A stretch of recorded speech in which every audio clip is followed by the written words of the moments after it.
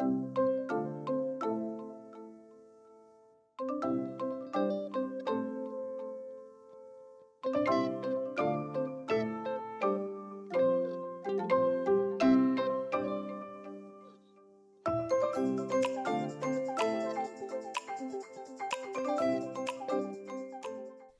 this, that is the second segment of Unit 11, we'll take a further step and we'll learn about how these values that we talked about in the previous segment reflected in a specific kind of culture, which is brand culture.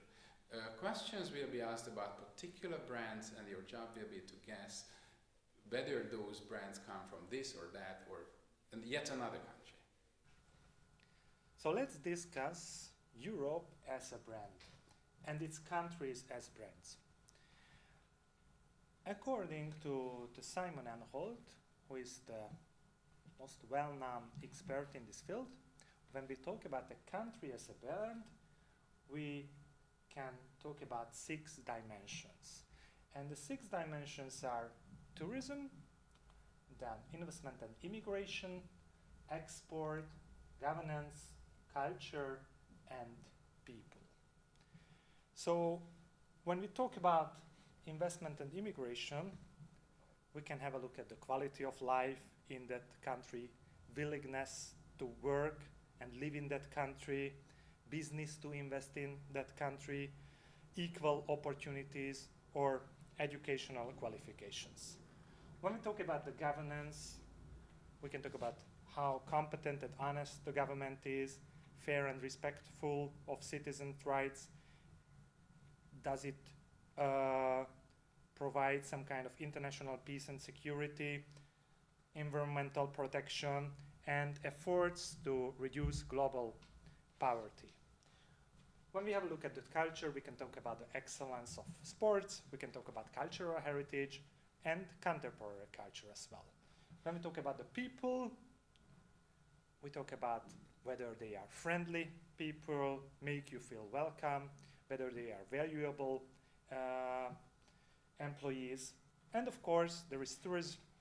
We can talk about the natural beauty of the country, the historic buildings and monuments of the country, and whether we would visit this country if money were no object. But in this case, our topic is basically the export, because we will talk about the brands. So in this case, we can talk about the products and services coming from that country, the country itself as a creative place, and last but not least, the contribution to innovation and science. So let's discuss export. First of all, let me ask you a few questions. So please try to answer the following question: where do these brands come from? Think about the continent first and think about the country. Okay, let's start with Adidas. I can give you a few seconds. Okay, of course it's a multinational company, but where does it come from? It comes from Germany. Actually, it's the largest sportswear manufacturer in Europe and the second largest in the world after Nike. What about this brand, Red Bull? Give you a few seconds. The answer is Austria. It's an Austrian company and the biggest energy drink brand in the world, with 7 billion cans sold in a year. Okay, let's see the third one. Nescafé. Where does this brand come from? Okay, where does this brand come from? Nescafé. It's a coffee made by Nestle, and the Nescafé brand name is coming from Nestle plus coffee, and it's coming from Switzerland. Then the fourth, Spotify. I guess you have heard about this brand, or maybe you will also use this brand. Actually, this international media service provider or music platform, audio platform, is coming from Sweden. Then Skype. can have a guess. Maybe you guess it's an American brand. Yes, but the origins are related to Estonia, again, a European country. Then, the Lego. What do you think? What is the country? Actually, it's Denmark. In Danish, "leg godt" means play well. So, and now, the Lego, of course, it's most famous for the bricks, for the game, but also for amusement parks or the Lego movies. Next one is Gucci. You can have a guess again. Okay, it sounds very Italian. Yes, it is. It was started by Guccio Gucci, that's the name, who established this brand more than 100 years ago. And it's one of the most famous, successful, and easily recognizable fashion brands in the world. Zara. Probably you have heard about Zara, the apparel retailer brand. But where does it come from? It comes from Spain. It's the biggest Spanish company. Porsche. Maybe you want to drive a Porsche in the future, but where does this brand come from? Germany, and famous for its models like 911, Panamera, Cayenne, Taycan, Macan, and so on. IKEA, or as in other countries they pronounce it, also in the country of origin, IKEA, it's a Swedish brand. And it's the world's largest furniture retailer since 2008. Next brand is Puma. You can have a guess again.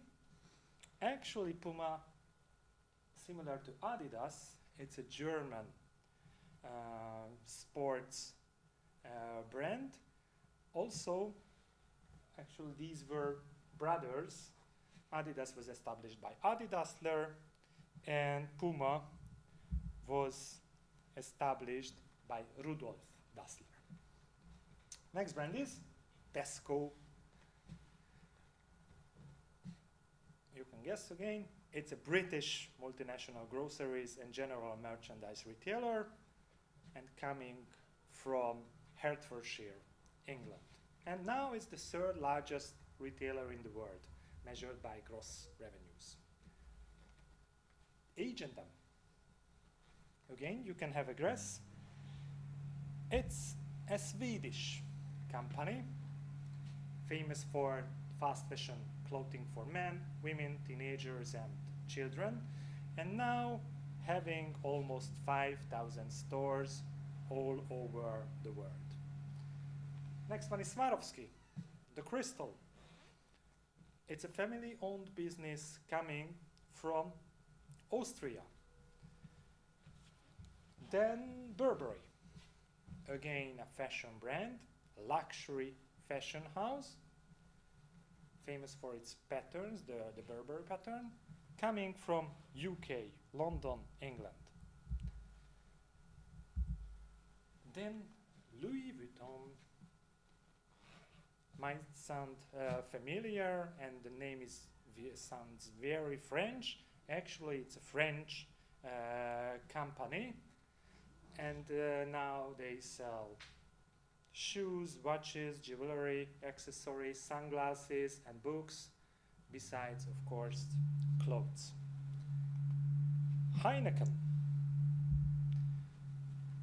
Maybe you know this brand from the James Bond movies. Heineken, the beer, is a Dutch company. So it's familiar. The bottle is green, which is quite unique, with a red star on it. So this brand is coming from the Netherlands. Then Rolex, which is not the watch, not James Bond's watch anymore, because it's Omega now, but still a very famous and important brand, coming from Switzerland. Renault, the company, the car company, multinational automobile manufacturer, which comes originally from France. And now they sell cars, vans, trucks, even buses, and even aircraft and aircraft engines. And last but not least, Hugo Boss. It sounds very French, but actually this is a German brand which was established in 1924, and also a very famous luxury brand. So as you can see, all these brands are coming from Europe, and I can give you some example for other brands as well. You will see Heineken here, it was mentioned, it's coming from the Netherlands, or Peugeot and also Citroën coming from France, some famous luxury brands, Louis Vuitton, Chanel coming from France, Zara coming from Spain, watch brands, Omega, Rolex coming from Geneva, Switzerland. Then we can talk about Italian brands such as Martini, Lavazza, Fiat, Alfa Romeo, Massimo Dutti, Ferrari, of course, Giorgio Armani, Prada. Then you can see Red Bull here coming from Austria. You can see Škoda, the car brand, coming from Lada Boleslav, the Czech Republic, or BMW coming from Germany, or Adidas, again Germany, Audi, again Germany, Volkswagen, another car brand coming from Germany, Zhubrowka from Poland, Gazprom from Moscow, Russia, H&M here from Sweden, Volvo also again from Sweden originally, or even Absolut Vodka is from Sweden. So if you think about these brands, think about Europe, please, and what will show you that also these brands are related to the culture of that particular country where the brand comes from.